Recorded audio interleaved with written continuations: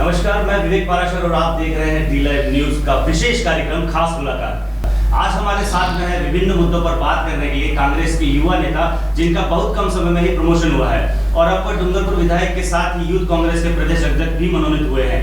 जी हाँ, हम बात कर रहे हैं कांग्रेस के युवा नेता गणेश जी घुघरा जी की। सर, बहुत बहुत स्वागत है आपका डी लाइव स्टूडियो में। बहुत बहुत धन्यवाद विवेक जी। सर, हम कुछ मुद्दों पर आपसे बात करेंगे, तो तैयार हैं आप सवालों के जवाब देने के लिए? बिल्कुल तैयार। चलिए सर, सवालों के और बढ़ते हैं। डूंगरपुर विधायक और यूथ कांग्रेस के प्रदेश अध्यक्ष दोनों पदों का आप सामंजस्य कैसे बिठाते हैं? मैं कॉलेज से ही राजनीति में सक्रिय था। NSOA का कार्यवाहक जिला अध्यक्ष भी रहा। उसके बाद यूथ कांग्रेस के चुनाव हुए, एक बार मैं सरपंच भी रह चुका हूँ और अभी और चुनाव हुए थे हमारे यूथ कांग्रेस के, प्रदेश सचिव भी रह चुका हूँ। तो इस कारण मुझे राहुल जी ने, प्रियंका जी ने, सोनिया जी ने और हमारे राष्ट्रीय अध्यक्ष श्रीनिवास जी, कृष्णा जी और राजस्थान के जननायक लोकप्रिय मुख्यमंत्री अशोक गहलोत जी ने मुझे प्रदेश यूथ कांग्रेस का अध्यक्ष बनाया है। उनका सबसे पहले मैं आभार धन्यवाद प्रकट करता हूँ कि एक आदिवासी युवा को पहली बार वहाँ पर मौका दिया है। तो इन संगठनों में पहले भी काम कर चुका हूँ, इसलिए जिम्मेदारी मुझे दी है, इसको बखूबी निभाने की कोशिश करूँगा। सर, अभी कुछ ही समय हुआ है जयपुर में राजनीतिक उठापटक भी देखने को मिली हमें, और आप भी फिर जयपुर में थे, जैसलमेर की 7 स्टार होटल में भी थे और अब फिर डूंगरपुर में आप हो। तो ये जो जयपुर में राजनीतिक उठापटक होती है, इसको आप कैसे देखते हैं? देखो, वो तो हर पार्टी में छोटी मोटी बातें होती रहती है। हमारे परिवार की बात है, घर की बात है। इसमें बीजेपी की जो साजिश थी, जो लोकतंत्र का गला घोटना चाह रही थी, लोकतंत्र की हत्या करना चाह रही थी, बीजेपी इसमें कहीं न कहीं इन्वॉल्व होने की कोशिश कर रही थी, सरकार गिराने की कोशिश कर रही थी, लेकिन उनके मंसूबे नाकाम हुए और हम सब एक ही हैं और कांग्रेस व्यवस्थित 5 साल चलेगी, इसको कोई रोक नहीं सकता है। माननीय मुख्यमंत्री अशोक गहलोत जी की सरकार और मंत्री और सभी अच्छा काम कर रहे हैं। कोरोना भी आपने देखा होगा कि इस वैश्विक महामारी में माननीय मुख्यमंत्री अशोक गहलोत जी ने बहुत अच्छा काम किया। हमारे पहले यहाँ जांचें नहीं होती थी, पुणे में होती थी, अब हमारी जांचें हो रही है, निःशुल्क दवाइयाँ मिल रही है, जांचें हो रही है। बहुत अच्छा काम किया है, सरकार अच्छा काम कर रही है, सबको साथ में लेके चल रही है। गरीबों के लिए भी कई योजना लागू की है और सभी खुश हैं कांग्रेस सरकार से। आप काफ़ी लंबे समय से राजनीति में हैं और सरपंच भी रह चुके हैं, विधायक भी रह चुके हैं, तो ये जिम्मेदारी आपकी बनती है कि नगर की जो कांग्रेस आपकी है वो बहुत ज़्यादा मजबूत हो जाए आपके रहते। तो इसके लिए आप क्या कर रहे हैं, क्योंकि नगर परिषद के चुनाव भी पास में ही आ रहे हैं?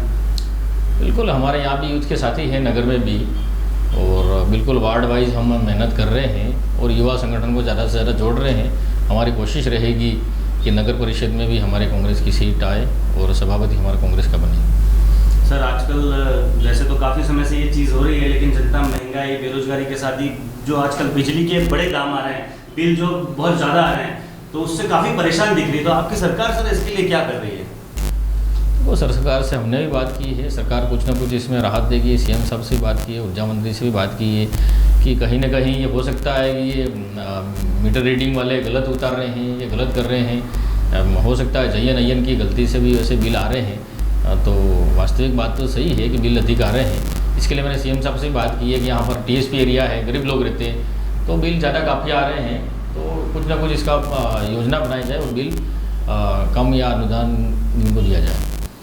सर, अब आते हैं डूंगरपुर की जो अभी वर्तमान स्थिति चल रही है, उस स्थिति पर काकरी डूंगरी पर कुछ अभ्यर्थी अपनी मांगों को लेकर बैठे थे और फिर काफ़ी सारा हंगामा भी हुआ, सरकार ने उसे हैंडल भी किया। लेकिन आपको क्या लग रहा है, सरकार इसको ठीक तरह से अगर हैंडल करती तो इतनी ज़्यादा भयावह स्थिति नहीं होती? तो कहाँ कमी रह गई? देखो, 1167 को लेकर जो अभ्यर्थी काकरी डूंगरी पर बैठे थे, पहले भी बैठे थे, पहले शांतिपूर्ण इन्होंने यहाँ पर कलेक्ट्रेट पर धरना प्रदर्शन किया था, उसमें हमने सबने सहयोग किया था कि शांतिपूर्ण आपकी मांग हो तो माननी चाहिए, संवैधानिक तरीके से मांगो। लोकतंत्र में हर कोई अपनी बात रख सकता है, मांग सकता है, लेकिन जिस तरह से ये एक सामाजिक मुद्दा न बनाकर एक उन्होंने एक BTP पार्टी अंदर 1-2 साल से आ गई है, इसने उसको उकसाया है। और जो भी हाईवे जाम हुआ है, आगजनी हुई है, तोड़ फोड़ हुई है, लूटपाट हुई है, काफ़ी डूंगरपुर को शर्मसार किया है। ऐसा इतिहास में पहली बार घटना घटी है यहाँ सामाजिक समरसता जो बिगड़ा है वो ठीक नहीं है। और मैं भी काफ़ी इससे चिंतित हूँ, दुखी भी हूँ कि ऐसा नहीं होना चाहिए था। ये बीटीपी की सोची समझी साजिश थी कि अभी जो पंचायत राज चुनाव आ रहे हैं, 1167 का मुद्दा खाली यूँ उन्होंने मुद्दा आगे किया है, लेकिन उनका मेन मकसद था पंचायती राज का चुनाव था कि हमारे प्रधान हमारे बने, जिला प्रमुख हमारा बने। यूँ करके सोची समझी साजिश के तहत मेरे विधानसभा क्षेत्र में इन्होंने ये बीटीपी की सोची समझी साजिश है। 84 में बीटीपी का एमएलए है, सागवाड़ा में बीटीपी का एमएलए है, वहाँ पर कुछ भी नहीं हुआ, एक पत्थर भी नहीं हिला। ये सोचने का विषय है और आम जनता भी समझती है कि ये क्या कारण रहा। आज मेरे विधानसभा क्षेत्र के लोग नहीं थे, बिल्कुल कम होंगे, हो सकता है बाहरी व्यक्ति थे, कोई छत्तीसगढ़ से आ रहा है, कोई झारखंड से आ रहा है, कोई एमपी से आ रहा है, कोई दौसा से देखा आपने, गुजरात से देखा आपने, और ये यहाँ पर चले गए, लूट मार करके चले गए। आज मेरे विधानसभा के क्षेत्र के लोग जो निर्दोष हैं वो फंस रहे हैं, वो भाग रहे हैं। फिर भी मैंने सीएम साहब को भी अवगत कराया है और प्रशासन को भी, एसपी साहब, आईजी साहब से भी मैंने बात की है। जो मेरे विधानसभा क्षेत्र के लोग हैं जो निर्दोष हैं उस पर पुलिस कार्रवाई नहीं करे, जो दोषी हैं इनके खिलाफ कार्रवाई करे। आपने समय समय पर अलग अलग मंचों पर लोगों को समझाया है कि रीट के जो रिक्त पड़े हैं ये 1167 पद, आखिर ये है क्या सर मुद्दा? आपने एक बार चर्चा की थी तो मुझे याद है, ये मुद्दा है क्या, ये सीटों का बंटवारा है क्या? सर 1167 जो पद रहे हैं वो अनारक्षित पद हैं, वो किसी जाति वर्ग विशेष के नहीं हैं। सामान्य वाले भी समझ रहे हैं कि ये 50 हमारी सीटें हैं। मैं कहना चाहता हूँ सामान्य वालों की ये सीटें नहीं है और एसटी वाले की भी नहीं है, ये किसी जाति विशेष वर्ग की नहीं है, ये अनारक्षित पद है, सभी वर्गों के लिए है। और इसमें योग्यता थी, जो भी 60% रेट में लाएगा वो इस 50 में जा सकता है। कोई भी जो लाया वो गए, जो नहीं लाया वो नहीं गए। क्योंकि इसको ठीक तरह से प्रोजेक्ट नहीं किया गया, बताया नहीं गया, ऐसा कहना सबको पता था। जो आंदोलन कराने वाले थे, जो धरने पर बिठाने वाले थे, उनको सबको पता था। सिंगल बेंच में गए, इनके फेवर में भी आया, डबल बेंच में गए तो खारिज हो गया। ये कोर्ट का मामला रहा, फिर भी सरकार को बदनाम कर रहे हैं, मुझे बदनाम कर रहे हैं। ये ठीक नहीं है, सोची समझी साजिश है। इसको कुल मिला के इन्होंने राजनीतिक मुद्दा बनाया है। तो और फिर भी अशोक गहलोत जी ने कहा था हम पूरी पैरवी करेंगे, आप सुप्रीम कोर्ट जाओ, जो भी मंत्री जी ने भी कहा था खर्चा लगे हम तैयार हैं, पैरवी भी हम करेंगे। उसके बाद भी जब समझाइश की बात हो गई, सब बात हो गई थी, उसके बाद इन्होंने रोड जाम किया। तो इनका कुल मिला के ये समझाइश जो सरकार की बात नहीं माननी थी, इनको लूटमार करनी थी और ये करके चले गए। और हमारा यहाँ पर विधानसभा क्षेत्र में हमको बदनाम करके चले गए। डूंगरपुर का नाम इन्होंने खराब किया है और जिस तरह से इन्होंने जो जातिवाद, धर्मवाद और जिस तरह से ये 2 साल में युवाओं को गुमराह कर रहे हैं, आज हमारा आदिवासी समाज काफ़ी पीछे चला गया है। मैं युवाओं से आग्रह करना चाहूँगा कि आप इस ओर न जाकर पढ़ाई में ध्यान देवें। संवैधानिक मांग है, आपको मांगनी चाहिए, हम भी आपके साथ हैं। और मैं हमेशा समाज के साथ रहता हूँ। समाज की मांग हर बार मैंने विधानसभा में भी उठाई है। एक प्रतिनिधि को सीएम साहब से भी मिला है, मैंने कहा साहब ये 60% वाले जो थे वो सब हो गए हैं और जो 45 वाले भी हो गए, 5 वाले भी हो गए, लेकिन जो 36 वाले बाकी हैं और 1167 जो अनारक्षित पद के बाकी हैं वो 36 से भरे जाए। मैंने भी मांग रखी है, लेकिन उन्होंने मीटिंग की कि ये ऐसा नहीं हो सकता है, ये अनारक्षित पद हैं, ये सभी जातियों सभी वर्ग के हैं, इसलिए ऐसा नहीं हो सकता है। वो क्लियर कर दिया था, लेकिन उसको जानबूझकर मुद्दा बनाया, राजनीतिक मुद्दा बनाया। और कांग्रेस का एक मात्र मैं डूंगरपुर का एमएलए हूँ, मुझे बदनाम करने के लिए सोची समझी साजिश थी। इसके तहत ये जो भी इनके बीटीपी के नेता हैं, ये लूटपाट, रोड जाम कराने का इनका बीटीपी का पूरा हाथ है, ये कहना चाहता हूँ। सर इतना हंगामा हुआ, सारी चीज़ें हुई, इस पूरे घटनाक्रम में आप जिला प्रशासन और पुलिस की भूमिका को कैसे देखते हैं? क्योंकि 18 दिनों से अभ्यर्थी जो है वो काफी डूंगरी पर थे, उसके बाद सारी चीज़ें घटित हुई, तो 18 दिनों तक जिला प्रशासन और पुलिस को ये जानकारी में नहीं थी सारी चीज़ें?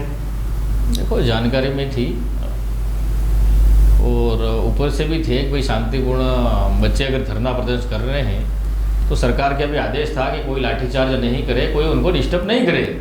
लेकिन सरकार तो संवेदनशील व्यवहार अपना रही थी, लेकिन इन्होंने 1167 की आड़ में जो अभ्यर्थी इसमें निर्दोष है, जो बाहर से बाहरी तत्व आए, बाहरी ताकतें आई, उन्होंने यहाँ पर नुकसान किया है। बाहर से जो आए बाहरी ताकतें आई, उन्होंने उकसाया और उन्होंने लुटवाया है। फिर भी प्रशासन में कहीं न कहीं मुझे लगता है कि प्रशासन ने उसको थोड़ा कहीं ना कहीं हल्के में लिया, अगर पहले ही रोक देते तो इतना बड़ा ये हादसा नहीं होता, ऐसा मेरा मानना है। इस हंगामे में गणेश जी नुकसान भी काफ़ी हुआ है, अब उसकी भरपाई कैसे होगी? देखो हंगामे काफ़ी नुकसान भी हुआ है, जो हमने भी वहाँ दौरा किया, मौके पे मैं गया हूँ, होटल में गया हूँ, होटल मालिक कह रहे थे हमने खाना भी खिलाया, सब किया, हमारे यहाँ ही लूटा। और वहाँ पर जितने भी होटल में जो काम कर रहे थे, काम करने वाले जो वेटर हैं, साफ सफाई वाले हैं, वो आदिवासी लोग ही थे जो बेरोजगार थे, उनको वहाँ पर रोजगार मिल रहा था। तो कम से कम 50-100 लोगों का, हमारा आदिवासियों का रोजगार टूट गया। आज उनके घर पे चूल्हा कैसे जलेगा, मैं भी काफ़ी चिंतित हूँ, और ये इन्हें माफ़ करने लायक नहीं है, ऐसा काम किया है बीटीपी वालों ने। नहीं, पर आप बीटीपी का नाम ले रहे हैं, और लेकिन बीटीपी के काफ़ी नेता तो कहते हैं ये एक सामाजिक लड़ाई है। सामाजिक लड़ाई कैसे? आप जाने उनके वीडियो देखो, ऑडियो देखो, हर वीडियो में जो भाषण कर रहे हैं, जो जय जोहार कर रहे हैं, और जय जोहार हमारे यहाँ की संस्कृति नहीं है। ये भले कह रहे हैं हमारे यहाँ राम राम सीताराम जय गुरु महाराज, ये चल रहा है। जो बाहर की संस्कृति यहाँ पर ये युवाओं को गुमराह कर रहे हैं, बाहर की संस्कृति यहाँ पर थोप रहे हैं, हम ये बाहर की संस्कृति हम बिल्कुल सहन नहीं करेंगे। हंगामा तो खत्म हो गया, अब बात आई कि अब पुलिस प्रशासन की, कि जिसने हंगामा किया है उसे पकड़े, तो बेगुनाहों को सजा ना हो, इसके लिए सरकार और आपने विभाग से कोई चर्चा की है? क्योंकि क्या है कि कभी जनता को ऐसा लगता है कि पुलिस प्रशासन, पुलिस का डंडा चलेगा तो बेगुनाह भी अंदर चले जाएंगे। मैंने देखो ऊपर सीएमओ में बात की है, जयपुर बात की है, आईजी साहब से भी बात की है, एसपी साहब से भी बात की है। जो निर्दोष हैं उनके खिलाफ कोई कार्रवाई नहीं होनी चाहिए है, और जो दोषी है उसको छोड़े नहीं, उसके खिलाफ कार्रवाई होनी चाहिए। ये मैंने ऊपर भी बात कर ली है और एसपी साहब से भी बात की है। क्षेत्र में शांति व्यवस्था कायम रहे और सभी समाज मिल करके रहे, इसके लिए सोच आपकी भी है, सबकी यही सोच है। सरकार और प्रशासन की कोई रणनीति देखने को मिल रही है, या शांति समिति गठित की हो, या फिर आपने भी पर्सनल तौर पे जाके और शांति समिति का कहीं गठन किया हो? ऐसा देखो जितने भी मैं जनप्रतिनिधि हैं, सरपंचों से भी मिल रहा हूँ, कोई मुखिया से भी बात कर रहा हूँ, उनसे अपील कर रहा हूँ कि जो भी घटना हुई है वो काफ़ी दुखदायी है, ये घटना नहीं होनी चाहिए है, और अब ऐसा पुनरावृत्ति नहीं होनी चाहिए। हमारा यहाँ पर सौहार्द नहीं बिगड़े, हम आदिवासी समाज बिल्कुल सरल स्वभाव का है, भोला भाला है, उनको उकसाया गया है, और बाहरी ताकतों ने, मैं कह रहा हूँ कई बार उन्होंने किया है, यहाँ के आदिवासियों ने ऐसा सोच भी नहीं सकते, ऐसा कर भी नहीं सकते हैं। और मैंने अपील की है, और शांति व्यवस्था कायम हो चुकी है, और सरकार और प्रशासन और हम सब लगे हुए हैं कि शांति व्यवस्था बनी रहे। बिल्कुल, हम भी यही चाहते हैं कि क्षेत्र में शांति व्यवस्था बनी रहे। बात करते हैं सर कोरोना की। कोरोना को लेकर सरकार ने कई तरह के कदम उठाए हैं। विभाग है अपना, उनके का अधिकारी ये कह रहे हैं कि जो कोरोना की अपडेट आती है डेली की, वो सरकार के आदेश हैं कि मीडिया को नहीं दिए जाएं। ऐसा कोई आदेश आपकी नज़र में पारित किया है? इसमें सरकार आपकी है।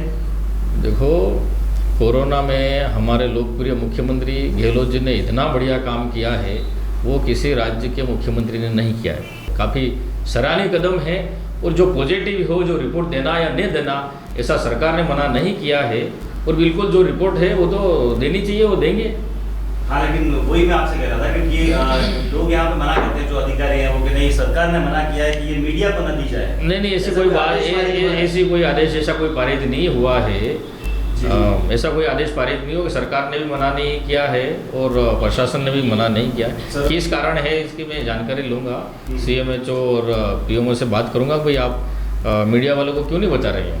बिल्कुल, हम ये चाहते हैं कि सभी को अवेयरनेस आए, सभी में जागरूकता पहुँचे कोरोना को लेकर, इसीलिए ये प्रश्न भी था हमारा। सर, केंद्र द्वारा कृषि अधिनियम लागू कर दिया गया है, विपक्ष इसका जो विरोध भी कर रहा है, विरोध का क्या कारण देखते हैं आप? आपको नहीं लगता है कि ये किसानों के लिए अच्छा होगा? देखो मैं भी एक किसान हूँ, मैं भी एक किसान का बेटा हूँ, पर एक छोटा किसान हूँ, लेकिन भारत को कृषि प्रधान देश माना गया है, और किसान ही अन्नदाता माना गया है। किसान सबका पेट भरता है, और मोदी जी ने उस किसान के पेट पर लात मारी।